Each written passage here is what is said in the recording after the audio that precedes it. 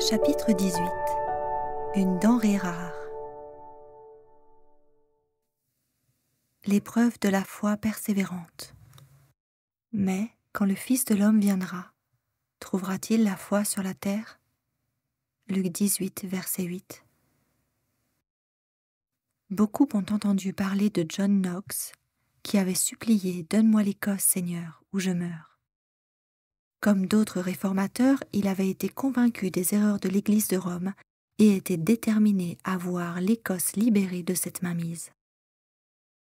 Ses amis, voyant son amour pour la parole de Dieu, lui recommandèrent de prêcher et d'enseigner. Au début, il se sentait faible et incapable pour cette tâche intimidante. Mais il fut finalement convaincu et se mit à l'œuvre avec une détermination sans faille. Dieu entendit ses prières et enfin l'Écosse fut libérée de la papauté. Ellen G. White nous dit « Si nous étions animés de la même ferveur que John Knox, lorsqu'il intercédait auprès de Dieu en faveur de l'Écosse, nous aurions du succès. Et quand nous nous mettons à l'œuvre et que nous luttons avec Dieu en disant « Il me faut des âmes, jamais je n'abandonnerai la partie », nous constatons que Dieu bénira nos efforts. J'ai une amie roumaine passionnée par le service pour Dieu et par l'expérience de voir des cœurs aimer le Christ par la prière. Elle mène un ministère de prière puissant qui touche la jeunesse en Europe. Mais il n'en a pas toujours été ainsi. Raluca, chrétienne depuis son enfance, consacra beaucoup de temps à œuvrer dans le champ missionnaire. Elle attestera que pendant de nombreuses années, lors de son jeune ministère, elle se débrouillait mieux à travailler qu'à prier. Cependant, après 10 jours de prière intense avec une amie, ses priorités ont complètement changé. Et elle se rendit compte de ce que la vraie puissance se trouve à genoux aux pieds de Jésus. Peu après, les portes se mirent à s'ouvrir pour qu'elle touche d'autres Européens par le ministère de la prière. Elle avait peur et ne se sentait pas capable, mais elle avança par la foi. Finalement, elle accepta un ministère de prière et des invitations pour des conférences dans toute l'Europe. Au bout d'environ 1 an, elle fut appelée à mener la prière dans l'unité lors d'un camp de jeunesse en Allemagne. À l'époque, les jeunes Allemands semblaient n'avoir que peu d'intérêt pour la prière dans l'unité. Se sentant découragée et en même temps désespérée de voir Dieu agir, elle resta éveillée tard une nuit à prier pour le peuple allemand. Se surprenant elle-même, elle se mit à prier avec ferveur. « Donne-moi l'Allemagne, Seigneur, ou je meurs. » Le lendemain même, après avoir passé toute la nuit en prière, Dieu commença à ouvrir des portes et à faire fondre les cœurs de jeunes venus aux réunions qui vinrent prier. De retour en Allemagne presque 1 an plus tard, pour la même conférence, elle fut émerveillée de voir comment Dieu avait agi depuis tout ce temps. Des centaines de jeunes, venant d'Allemagne et d'autres pays d'Europe, étaient venus se rassembler pour prier chaque matin et pendant la journée. Ils racontaient comment ils avaient mis sur pied des groupes de prière dans leur propre église, ainsi que dans leur groupe de jeunes. Des jeunes racontaient les miracles que Dieu avait opérés dans leur vie en réponse à la prière. Le feu du réveil pour lequel Raluca avait prié était en train de se propager incroyablement, et il continue aujourd'hui. Dieu n'agit pas toujours de manière aussi spectaculaire. Parfois, des périodes d'attente prolongées s'écoulent avant de voir la réponse à nos prières. Parfois, il peut nous mettre à l'épreuve afin de savoir si nos prières sont vraiment sincères. Ellen G. White a écrit « Beaucoup n'ont pas la puissance d'une foi vivante. Ils pensent avoir la foi, mais ce n'est que la pensée ou l'action du moment. Ils ne persévèrent pas pour frapper à la porte du Seigneur, ni pour lui présenter leurs demandes. Nos prières doivent être ferventes et authentiques, comme l'était celle d'un ami dans le besoin qui demande du pain à minuit. Plus vous demandez, plus votre union spirituelle sera ferme. Vous en arriverez peut-être au point où vous recevrez de plus grandes bénédictions parce que votre foi est plus grande. Dieu a un ciel rempli de bénédictions qu'il désire faire pleuvoir sur ceux qui cherchent sincèrement ce secours que le Seigneur peut apporter. La question que nous devons nous poser, c'est « Ma foi va-t-elle persévérer quand les réponses ne viennent pas aussi vite que je l'espère ?» L'épreuve de la foi et la prière persévérante.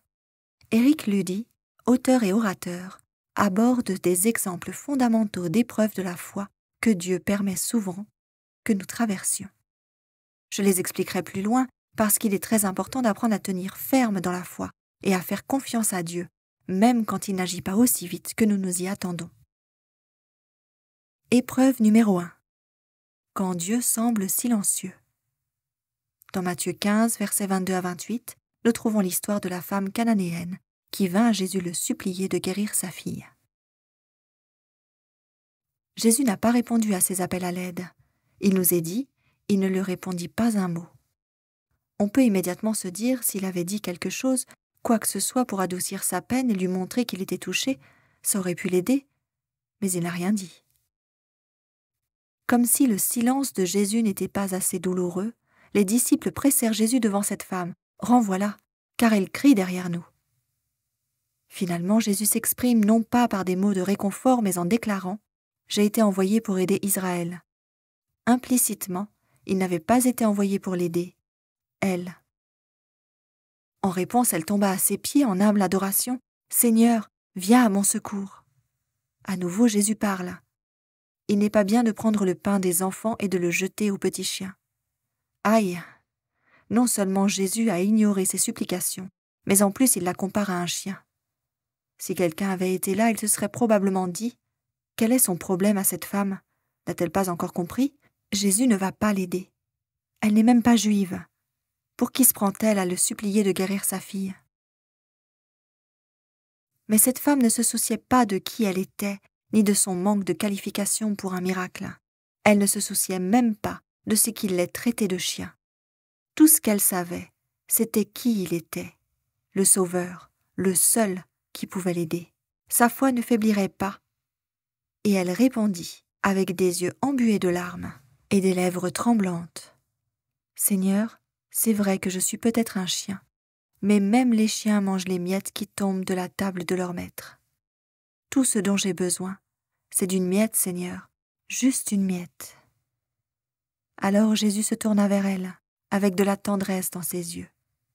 Ce n'est pas qu'il ne se souciait pas d'elle dès le départ, ni qu'il ne l'aimait pas, ou qu'il ne voulait pas guérir, mais il voulait éprouver sa foi et se servir de sa foi persévérante comme témoignage pour les milliers de gens qui, ensuite, auraient besoin de suivre son exemple. Enfin, il dit ce qu'elle se languissait d'entendre. « Ô femme, ta foi est grande, qu'il te soit fait comme tu le veux. » Alors même, sa fille fut guérie. Aurions-nous réussi cette épreuve de la foi? Qu'en est-il aujourd'hui, quand apparemment Dieu ignore nos appels, qu'il répond aux besoins d'autrui et que je suis l'exclu qu'il ne peut aider? Tient-on ferme et l'adore-t-on tout de même, sans renoncer, jusqu'à ce qu'il ait satisfait nos besoins? La Bible nous dit « Dieu ne ferait-il point justice à ses élus, qui crient à lui jour et nuit, et tarderait-il à leur égard? Je vous le dis, il leur fera promptement justice. Mais quand le Fils de l'homme viendra, trouvera-t-il la foi sur la terre ?» Luc 18, versets 7 et 8. Épreuve numéro 2. Lorsque Dieu semble avoir oublié. Dans Jean 11, versets 1 à 44, nous lisons l'une des plus grandes histoires miraculeuses du ministère de Jésus, la résurrection de Lazare, son ami bien-aimé. Il nous est dit que celui-ci devint très malade, que Marie et Marthe, ses sœurs, envoyèrent dire à Jésus, « Seigneur, voici celui que tu aimes est malade. » Verset 3. Sachant à quel point Jésus aimait Lazare, elle s'attendait à ce qu'il se précipite à leur secours. Mais au lieu de venir immédiatement près d'elle, Jésus envoya un simple message. « Cette maladie n'est pas pour la mort, mais pour la gloire de Dieu, afin que le Fils de Dieu soit glorifié par elle. » Puis, il poursuivit son œuvre pendant plusieurs jours, et tandis qu'il s'attardait, Lazare mourut. On peut s'imaginer le chagrin dans les cœurs de Marie et Marthe. Jésus a-t-il oublié sa promesse? Pourquoi n'est-il pas venu lorsque nous l'avons appelé? Le temps que Jésus arrive, Lazare était déjà mort depuis 4 jours atrocement longs. En sanglots, Marthe s'écria « Jésus, si tu avais été là il y a 4 jours, notre frère ne serait pas mort. » Plein d'assurance, Jésus lui répondit que son frère serait ressuscité. Mais tout en cherchant à croire que Dieu pouvait même maintenant faire ce que le Christ demandait, sa réponse trahissait à nouveau le doute. « Je sais qu'il ressuscitera à la résurrection, au dernier jour. » Mais Jésus ne parlait pas du jour de la résurrection. Il faisait référence à aujourd'hui, à ce jour même. mais sa foi ne pouvait se saisir d'une telle possibilité. Même lorsque le Christ demanda à ce que la pierre devant la grotte soit ôtée, Marthe protesta encore. « Seigneur, ne fais pas ça. Il est mort depuis 4 jours, il va sentir mauvais. » Ne sommes-nous pas souvent comme Marthe? Nous n'avons aucune difficulté à croire au Dieu d'hier. Nous avons lu la Bible et entendu des histoires merveilleuses. Nous n'avons pas non plus de difficulté à croire au Dieu de demain. Mais à celui d'aujourd'hui, Dieu n'est pas en mesure d'opérer les mêmes miracles aujourd'hui, n'est-ce pas? Se dit-on avec des doutes. Au sujet des histoires relatées dans les Écritures, il nous est dit « Ces récits n'ont pas été écrits seulement pour être lus et admirés, mais pour que la foi qui habitait les serviteurs de Dieu autrefois puisse aussi nous habiter. » Lorsque le Seigneur trouve des cœurs disposés à être les canaux de sa grâce, il agit aujourd'hui d'une façon tout aussi éclatante qu'alors. Comme nous le constatons dans l'histoire de Lazare, parfois Dieu prend exprès du retard, qui est tout autant une réponse à la prière que l'accomplissement de ce qui va se produire.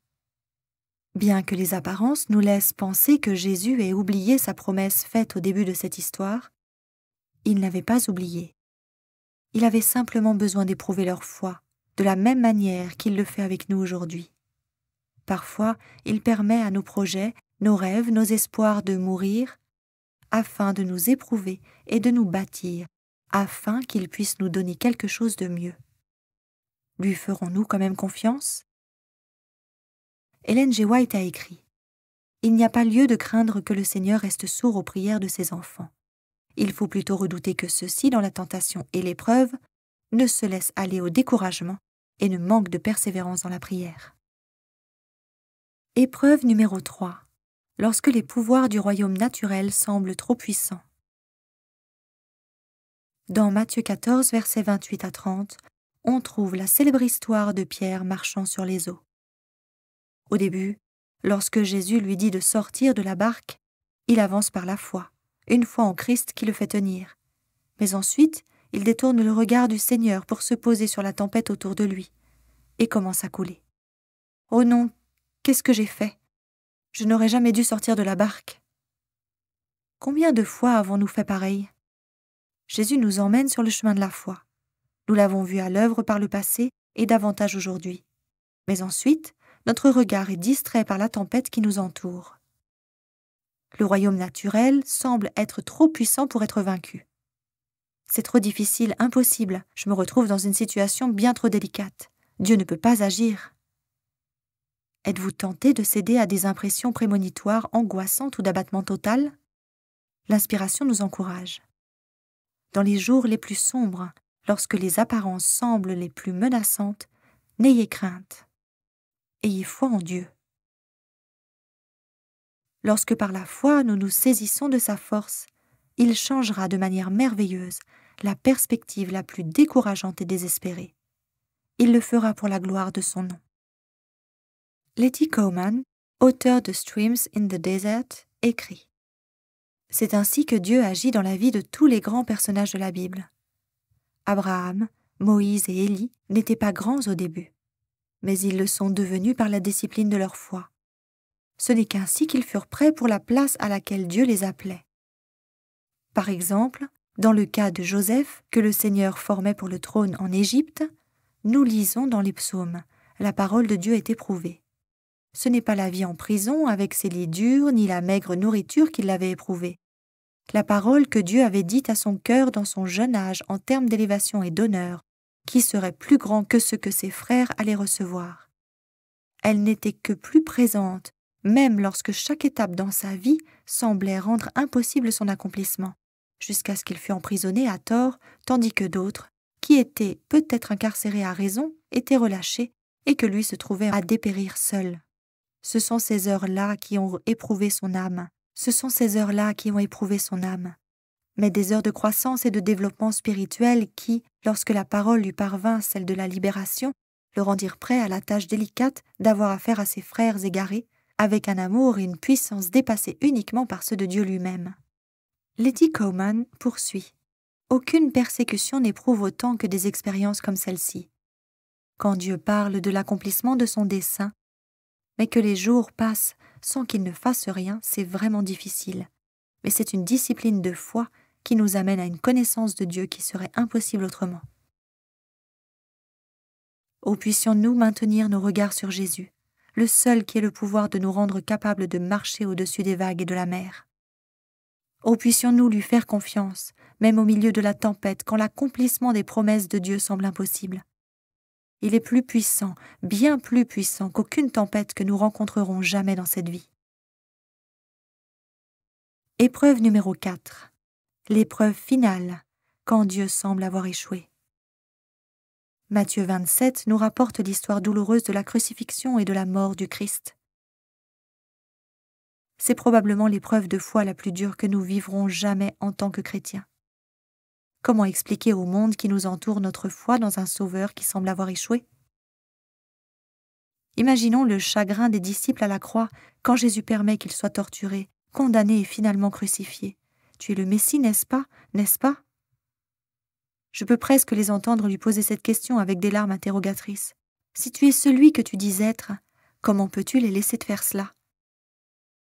Les pharisiens et les sadducéens se moquaient des disciples du Christ. Vous parlez d'un sauveur, il ne peut même pas se sauver lui-même. Alors comment pourrait-il vous sauver? Vaincus, le cœur brisé, les disciples observaient Satan semblant avoir remporté la victoire. Pourtant, parce que les disciples pensaient être une défaite, Dieu avait remporté une plus grande victoire et gloire. La Bible nous dit dans 1 Jean 5, verset 4, « Voici la victoire qui triomphe du monde, notre foi.